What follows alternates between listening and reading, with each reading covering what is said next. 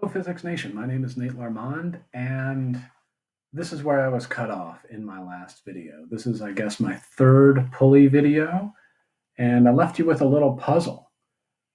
How can the marble, this guy, move so much while the kangaroo, this guy, moves so little? Well, then I showed you the triple pulley system, and, well, I tell the students it's kind of like a paper clip. You start right here. This is the end of the string, and we're going to wind around this little pulley on the top, and then around this guy on the bottom, and finally around the big guy. So this is the other end of the string. So it kind of wraps inside out, just like a paperclip does. Okay, this is one end of the string, and this is the other end of the string. So this is a complicated craft. I mean, it took me, 3 or 4 hours over maybe 2 or 3 days to build this thing, but it's magic. Experimental physics is within your reach. You know, glue costs money, needle nose costs money, masking tape, pencils, whatever, marble, it all costs money. And yet, the retail price of this pulley system is like $20. So I think it's money well spent.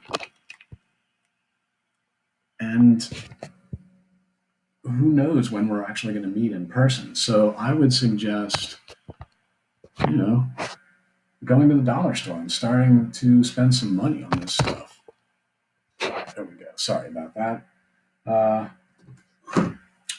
They have needle nose at the dollar store for like $3 and glue for maybe $1 or $2. So look, am I asking you to spend some money? I am. Is that ethical in a public school system? Well, that's a complicated question. It's in your interest. You will have the magic of construction, the sort of thrill of victory and the agony of defeat. Your pulley system will not work the first time you build it. So, this is sort of the engineering component of my physics labs that I'm sending you. You're going to fail and try again, find alternate solutions, redesign, and, make it work.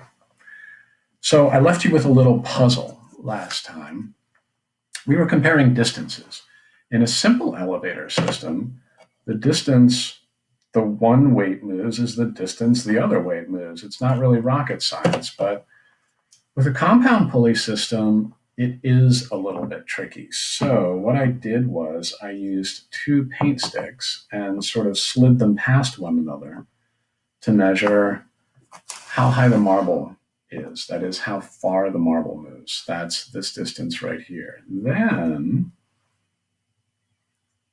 I moved the marble this distance, and then I wanted to see how high the kangaroo went. So it was all pretty approximate, but visually it actually works out really well. Check this out.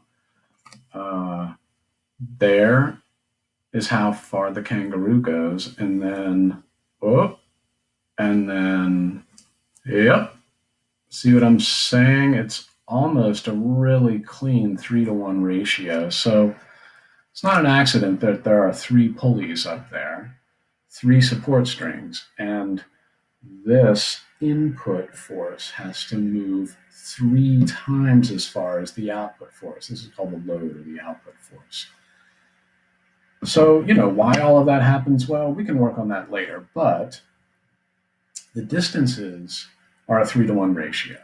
You can never get something for nothing. In all simple machines, you can gain on distance, but you end up losing on force. And that's what I'd like to talk about right now. I'd like to put 1/4 on one side and, 2 quarters on one side, 6 quarters on the other side. And I'm running out of time, of course. This is probably not going to happen in 30 seconds, but who knows? Hang on, ready?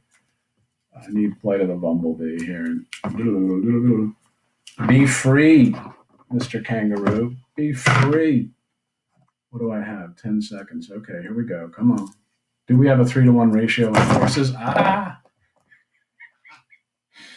We'll see you in the next video. Happy crafting.